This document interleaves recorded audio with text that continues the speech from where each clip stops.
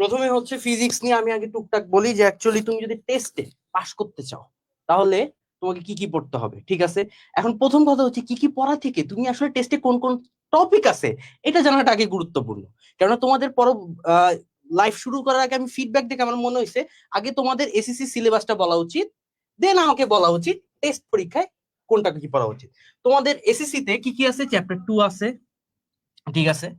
So chapter 2 আছে। Chapter কি কি আছে বলো? চ্যাপ্টার 3 আছে, 4 আছে, 5 নাই, 6 আছে, 6 নাই, 7 আছে, 7 আছে, 8 আছে, 10 আছে, 1 2 3 4 5 6। আর যে চ্যাপ্টারটা কেউ ধরেও না, কোন চ্যাপ্টার? চ্যাপ্টার 1।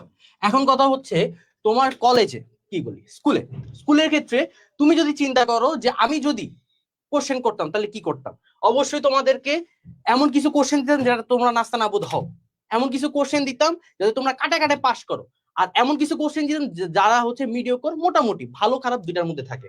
সো প্রথম কথা হচ্ছে তুমি যদি চ্যাপ্টার 2 ধরো, চ্যাপ্টার 2 যদি ধরো তোমার চ্যাপ্টার 3 মাস্ট করতে হবে। কারণ চ্যাপ্টার 3 এর যে প্যাটার্নটা হাফ ম্যাথ করার জন্য চ্যাপ্টার 2 দরকার। এবং চ্যাপ্টার 2 এর মধ্যে অনেক সময় কি করে জানো, চ্যাপ্টার 3 চ্যাপ্টারের মধ্যে ওই যে মিক্স আপ করে দেয়, মিক্স আপ করে দিলে তোমার 2 3 একই, মানে জেলাও সে কুদু হয়ে যায়। তার মানে তুমি যদি কোনোভাবে চিন্তা করো ভাইয়া চ্যাপ্টার 2 তো পরে কমন বা পাস হয়ে যাবে, ধরে রাখো চ্যাপ্টার 3 ও তোমাকে লাগবে, ঠিক আছে? এবার স্পেসিফিক চ্যাপ্টার গুলো কি? কাজ ক্ষমতা শক্তি।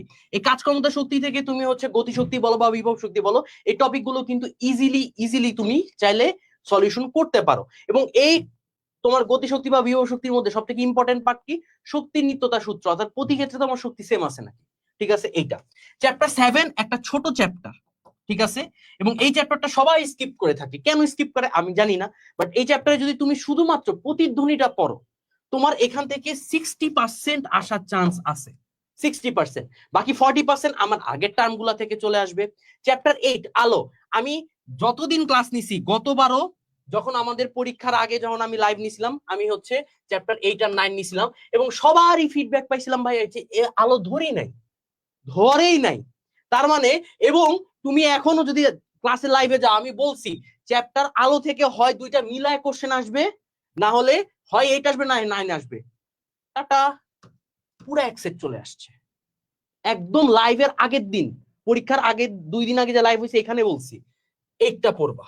এটার মধ্যে কিচ্ছু দরকার নাই ভাব, তোমার অবতল দর্পণে 6টা চিত্র আর উত্তল দর্পণে একটা চিত্র প্র্যাকটিস করে যা, কমন এমনিতে পড়বে। তোর ক আর খ ধরার দরকারই নেই।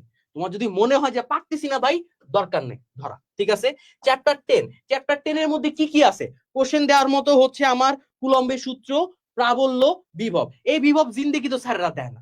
প্রাবল্য আর কুলম্বের সূত্র হয় দেয় কি, কোথায় নিট বল জিরো হচ্ছে আর কোথায় নিট প্রাবল্য জিরো হচ্ছে, ঠিক আছে? কোন পয়েন্টে রাখলে এই দুইটা সম্পূর্ণ হচ্ছে এইটা তোমার বের করতে বলে। তুমি যদি জাস্ট আমি যদি বলি চ্যাপ্টার 7 চ্যাপ্টার 8 এর ওই 7টা চিত্র আর চ্যাপ্টার 10 পড়ো, তাহলে এখানে এই 3টা চ্যাপ্টারে কোনো চ্যাপ্টারে মিক্স করা যায় না। তোমাদের তো ফুল সিলেবাস না, কোনো চ্যাপ্টারই মিক্স করা যায় না। তার মানে সিঙ্গেল ডিজিটে 3টা চ্যাপ্টার চাইলে তুমি এখান থেকে সুন্দর মতো 30 মার্ক তুলে ফেলতে পারতেছো, আর কি লাগে, ঠিক আছে? আর এমসিকিউর জন্য তো তোমার সামনে রহিম আর পিছে হচ্ছে শফিক আসি, ঠিক আছে? আর কি বলবো এটা তো কিছু বলার নাই, সামনে পিছনে রহিম আর শফিক তো আসি, ঠিক আছে? হেল্প নাও, সমস্যা কি? রিজিকে যদি থাকে তাহলে পাস হবে, রিজিকে থাকলে বাস হবে, শেষ।